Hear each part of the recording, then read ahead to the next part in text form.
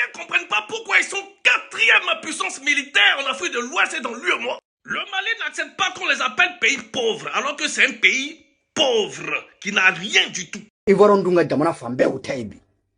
Uga jamana fambe hali miseli abe korwar taibi. Ubisega yala kata fambe febi. Ivoire ubisega yala kata uga jamana fambe febi. Fami uja wasole do bu waso nuga jamana e. Hanna soro obuza mbe. Si vous passez votre temps à faire des coups d'état que de développer le pays, mais vous serez un pays pauvre. C'est vos histoires de terres riches là. Et ces terres riches là vous mangez en ce moment. Le Mali est pauvre et puis vous voulez discuter avec nous.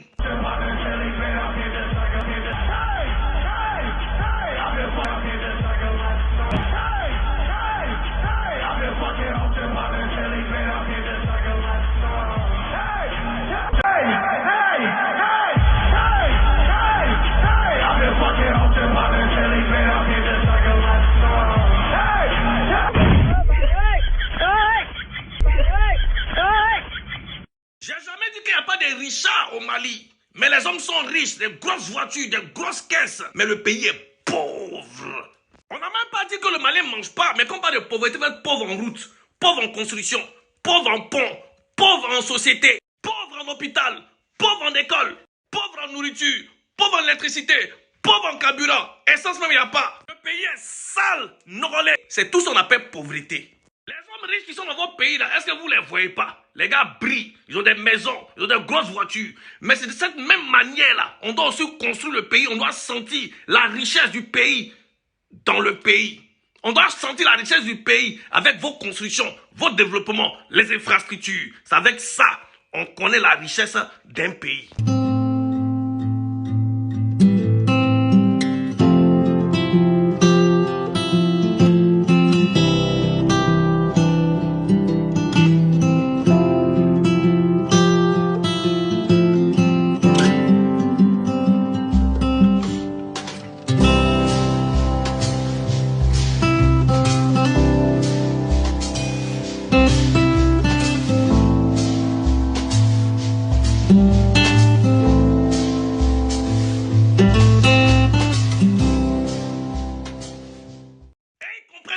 Pourquoi est-ce que la Côte d'Ivoire est première puissance militaire dans l'UEMOA et deuxième dans la CEDEAO? Dans cette vidéo, on va mieux comprendre. On suit la vidéo. La Côte d'Ivoire, c'est un pays de paix et nous sommes en paix.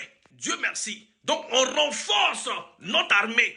Voilà pourquoi nous sommes premiers. Parce qu'on ne veut pas avoir de problème avec qui que ce soit. Donc, nous sommes prêts. Est-ce que vous comprenez un peu? Nous, on est déjà en paix. Donc, voilà pourquoi nous renforçons notre armée. Écoutez-moi bien les Maliens. Tout pays qui se développe en infrastructure, qui se développe en construisant des usines, des hôpitaux, en services publics et privés, tout ce qui est développement doit aussi développer tout ce qui est militaire, tout ce qui est armement. Est-ce que vous comprenez un peu? Plus vous vous développez, plus vous devez acheter de l'armement. Ce n'est pas forcément parce que vous devez être forcément attaqué d'abord par les djihadistes avant d'acheter. Non. Parce que ce qui se passe dans votre pays là-bas, nous, ça nous sert d'exemple. Est-ce que vous comprenez un peu? Donc, on s'apprête. Parce que tout ce qu'on a construit là, est-ce que vous comprenez un peu? On doit préserver ça. Et préserver la sécurité aussi de la population. Quand tu évalues ce qui est en Côte d'Ivoire, la Côte d'Ivoire, c'est un pays riche. La Côte d'Ivoire est plus riche que le Mali. Aujourd'hui, le Mali, c'est que le Mali a, ils disent que nos ressources, mais vos ressources là, mais est-ce que vous profitez de vos ressources? Non. Voilà pourquoi on vous appelle des pays pauvres. Parce que vous n'utilisez pas vos ressources là pour pouvoir développer le pays. Vous parlez sur la bouche.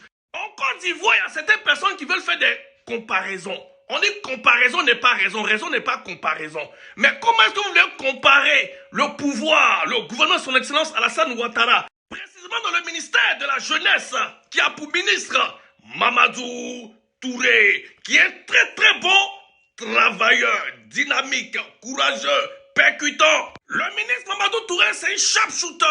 Par qui aujourd'hui on peut parler du ministère de la jeunesse? Sinon avant là, c'était le nom seulement. Ministère de la jeunesse et plus rien. On ne savait pas qu'est-ce que c'était. J'ai dit avant je veux parler de 1993, en 1996, il y avait un ministère de la jeunesse. Et c'est qui était le ministre de la jeunesse? Qu'est-ce qu'ils ont fait? Ils ont marqué la jeunesse et la population ivoirienne. Dites-nous ça en bas. L'histoire raconte que en 1993, le 7 décembre 1993, après la mort de Feu Houphouët-Boigny, le gouvernement de son excellence Alassane Ouattara, qui était premier ministre bien sûr, a été forcé de démissionner sous la demande du président de l'intérim Henri Konan Bédié. Ça, c'était le 7 décembre 1993. Henri Konan Bédié étant présent par intérim nomme son premier ministre, Kablan Dekan. Dans le premier gouvernement de Kablan Dekan, nous avons le ministère de la jeunesse.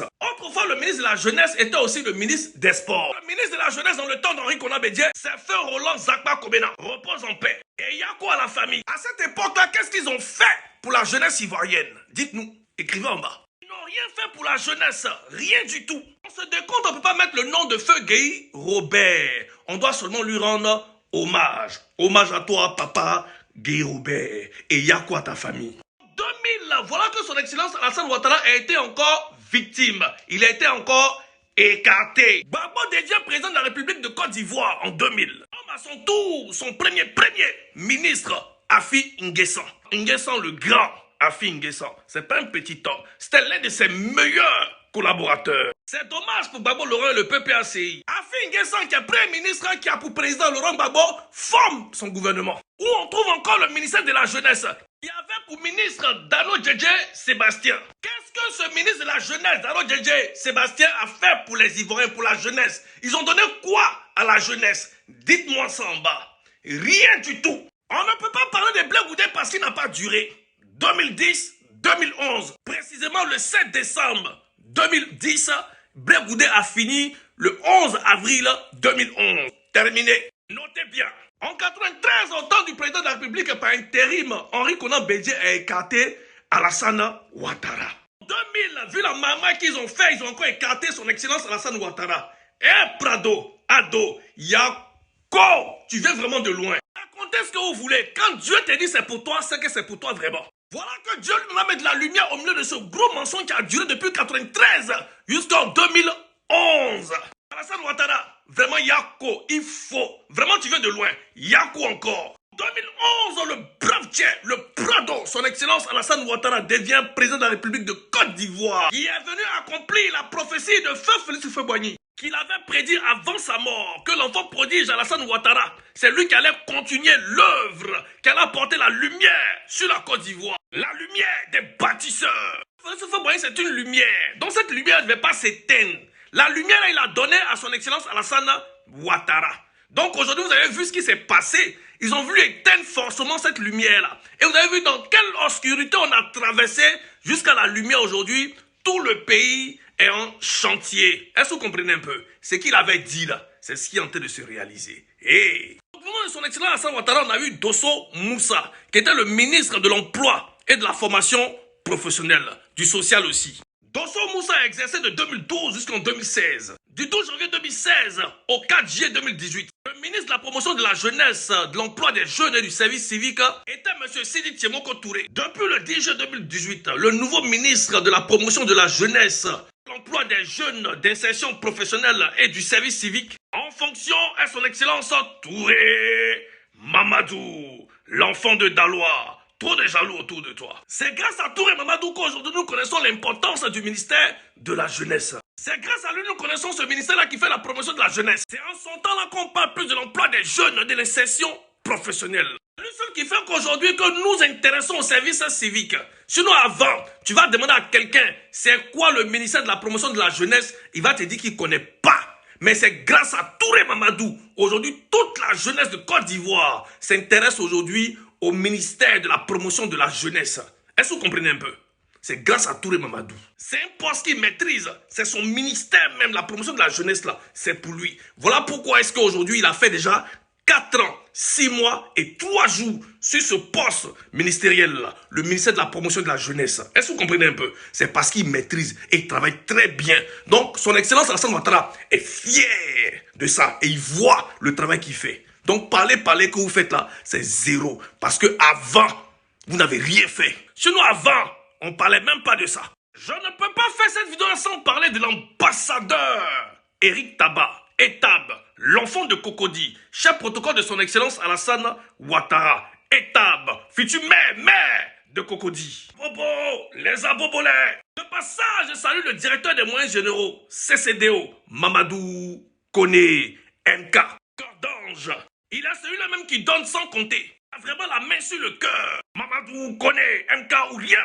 Le TBO. Tene, Bireimo, Ouattara. Pays-là, on ne laisse pas jusqu'en 2055 ou plus. Le Bassou. Le roi Bassou. Yes.